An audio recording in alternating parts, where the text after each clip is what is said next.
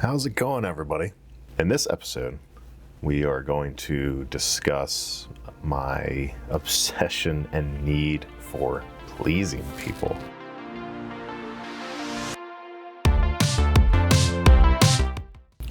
So, I thought in this series that we would explore my childhood abuse, the effects that it had on me growing up, the effects that it had on me as an adult, and some of the effects it's had on me that I'm still discovering.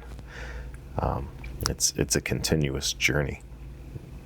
And then some of the things that I have done over the years to try and work on those issues, to work on that trauma, some of the successes and failures that I have had with that.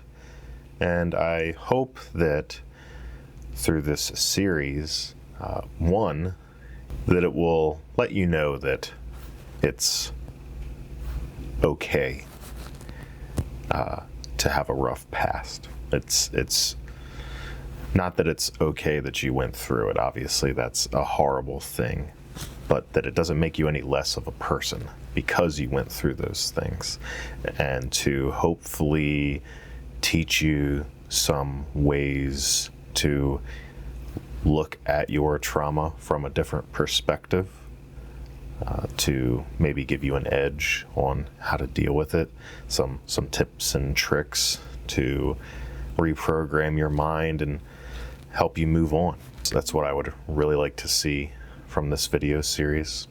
My efforts were never good enough for my parents growing up, especially for my father.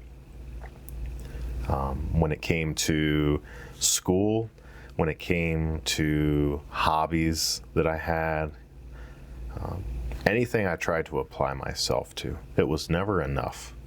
Like I said, more so from my dad than my mom. My mom was positive about things that I tried to pursue and things that I tried to accomplish growing up. She didn't necessarily push it or encourage it per se, but she wasn't negative or criticizing of it. My father, on the other hand, would flat out tell me that I was a piece of shit and would never amount to anything. And if I failed or made mistakes or anything like that, that was just kind of my life, and that's how it was going to be and how I was going to continue to perform growing up. That was really rough. Everything I did was picked apart and criticized. Nothing was ever good enough. And, it resulted in me constantly being told, that I was stupid, not good enough. I was never going to amount to anything, no matter what. That was fact. And so, since it wasn't possible to get acceptance through my parents, I began to seek that acceptance and approval through others, whether it be friends, peers, my elders, anything. I became obsessed with trying to make people happy, make people laugh, please people with the tasks that I was performing, please people by going way above and beyond with whatever they asked me to do. Because of that, it made rejection and disappointment so much worse. If I failed at school, if I failed at work, if I failed in my friendships, if I failed in a relationship, if I failed myself, it cut so deep, because not only was I telling myself that I was a failure and I was not enough, my parents were in my head telling me that I was a failure and I was not enough. No one ever had to tell me when I was screwing up and when I had disappointed them. I knew, and I would beat myself up about it far more than anybody else could. As the years went on, I started to learn that I needed to convince myself that I was worth loving, and that I needed to respect myself. And by pleasing all of these other people, that I was disrespecting myself. Now, at its core, there's nothing inherently wrong with wanting to please somebody. You know, it's fine to want to make someone happy. But it's when it becomes obsessive, when your whole identity, when all of your self-worth is tied up in being able to please other people. That's when it becomes a problem. And as I got older, I realized the reason I needed that is because I didn't love myself. I didn't respect myself. I didn't appreciate myself. I didn't believe in myself.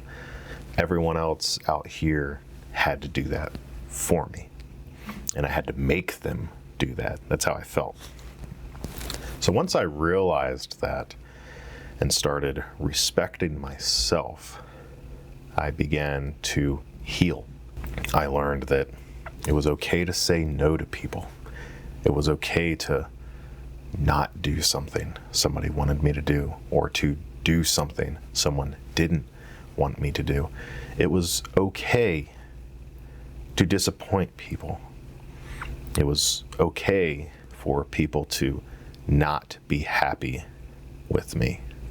It was okay if not everyone was proud of me. In our lives, no one, you are never going to be able to please everyone, to make everyone happy, to make everyone like you. It will never happen. You will continue to set yourself up for disappointment and feeling like a failure, as long as you have that mindset. When you begin to love yourself and respect yourself, it becomes more acceptable and easier to not get it from these outside sources. You have to give yourself some credit in life. You know, you're not a failure. You're not some screw up. You know, we've all made mistakes in life. Don't let that define you. Give yourself some credit for the things that you've accomplished, for the things that you've done, whether it's big or small. And, you know, it could be anything. Something as big as, you know, going out, getting a degree and graduating college. Something as small as, hey, I washed my clothes and put them away today. Doesn't have to shake the world to be an accomplishment.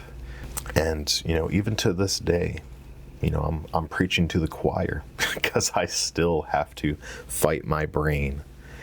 Because, you know, while we can reprogram and retrain ourselves from past trauma and abuse, you know, that damage is always going to be there. It's never fully going to go away. So I still have days where I have to argue with my brain and tell myself that I am enough. You know, I love myself. I'm proud of myself, even if I don't believe it. Fake it till you make it.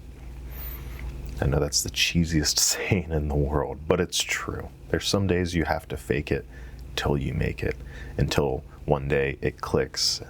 You're like, I'm starting to believe that now.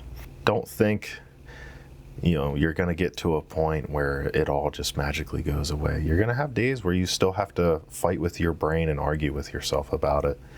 And that's okay. That's normal. It does get easier with time. So just remember, love yourself, appreciate yourself, respect yourself.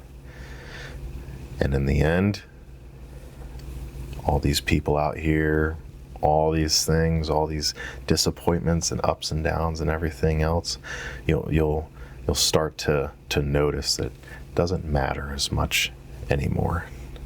What matters is you. No is the most empowering word for those who struggle with self-esteem and codependency. Remember that quote. You got this. I know you do. You all have a good one.